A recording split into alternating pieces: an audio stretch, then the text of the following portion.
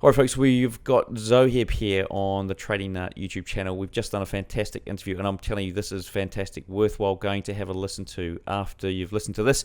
There are links below this video or you might even be on the tradingnut.com website. Now guys, remember to subscribe, like the video as well. We're about to get underway. He's going to walk us through his full-on trading strategy. Can't ask for more than that. So over to you, Zoheb. No worries, appreciate it, Cam. So as I mentioned at the interview, I'm gonna just walk you through my kind of reversal strategy.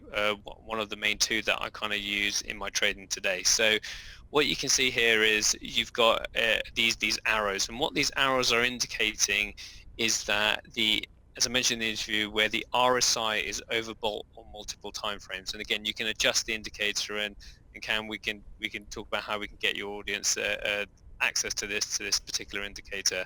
And as you can see here, when I've got the RSI open here, as you can see, is there's an arrow every time where it dips below 30. And I won't switch to a 15-minute chart now, but the way it's set up is that the 5-minute and the 15-minute both have to be overbought or oversold. So oversold inside this example. So that's the first thing that you need. So again, you can put push notifications on, and so effectively the chart can go, and then you'll get alerted when one of these arrows come in. And when you get these arrows, the next thing I do is I look at, is there divergence, or regular divergence.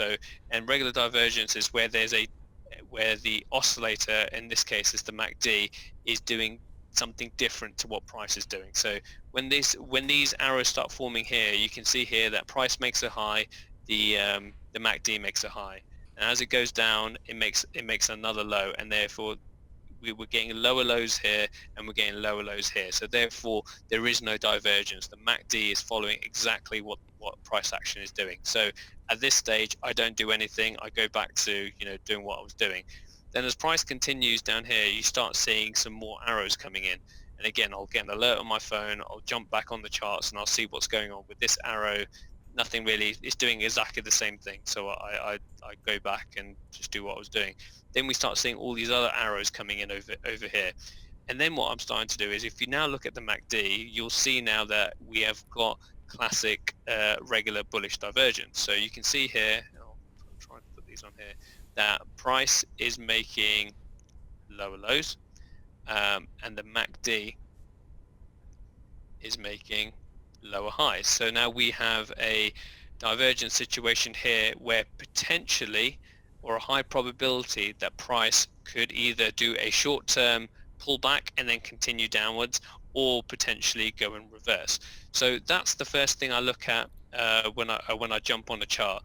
And if that was the only thing I saw, then I would risk a small amount of my account size. So as I mentioned in the interview, I would risk 1% of my trading balance. But what I've also got on the screen, as you can see here, is I've got a round numbers indicator. Again, you can kind of just Google round numbers indicator. I think it's the first link in Google that comes up, and just add it onto your MT4 platform. And what this indicator does, it just puts in lines in at the 500 and at the 00 levels. And as you can see pretty much clearly here, and I'll zoom in a little bit so you guys can kind of see it, that price is at that kind of level already, so at the 1.2500 level, and it's pretty much touched it exactly. So when price is going towards a level, we're looking at it to kind of form a support level. So again, it gives you another indication that price may reverse at this level, because we've got this kind of naked support and resistance line. And where I would take my entry is, I would take my entry either when price is starts to come out of oversold territory, so you can see on this bar here, or when the MACD crosses over to confirm the divergence. And conveniently in this example, you can see that this bar confirms the crossover, and also confirms that the 5-minute chart is now outside of oversold territory. So I would place my, I'll just show it to you on the thing over here, I'll place my entry over here, including spread. Probably not the best color to be showing you on the chart, so I'll just change that. there. And then what I would do is then set my stop loss. I'll give it a bit of room, and again, I would normally put it below the lows, and then if there was a natural round number level, just give it a bit of room there, and then I will look to set my profit target, whatever 1-to-1 is from there. That, because again, like I said, I like to get in and out of trades quite quickly, so whatever 1-to-1 is, I'll look to get out there.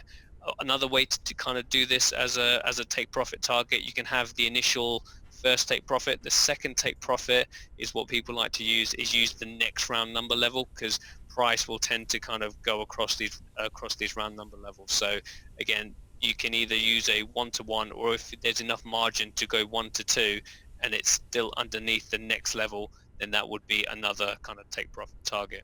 And that's kind of what it is. It's really is as I say, easy as that. I've been doing it for so long now that that is kind of counterintuitive, that I can look at a chart very quickly and say yes or no whether it is a worthwhile trade to go.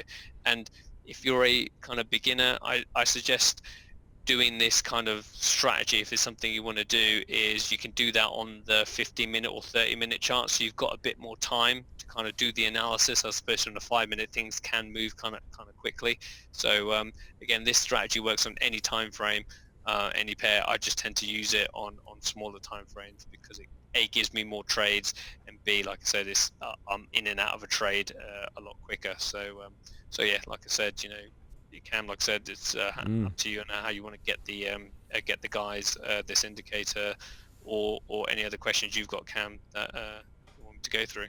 Cool, brilliant. Well, look, I think that's a great little explanation of what you've discussed on the show, along with a whole bunch of other stuff. So, guys, if you want to hear that show, then head over to the Trading Nut podcast. There's links underneath this video on YouTube. Thank you very much, Zoheb. This has been fantastic. What's the best way for the guys to get hold of you? Yeah, so it'll probably be heading over to my YouTube channel. So it's One Glance Trader, or just go youtube.com/One Glance Trader, or you can drop me an email at oneglancetrader@gmail.com.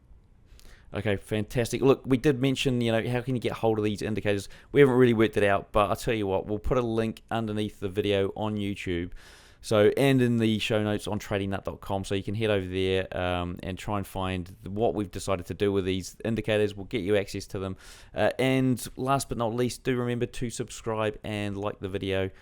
Guys, we'll see you in the next one here on the tradingnut.com podcast.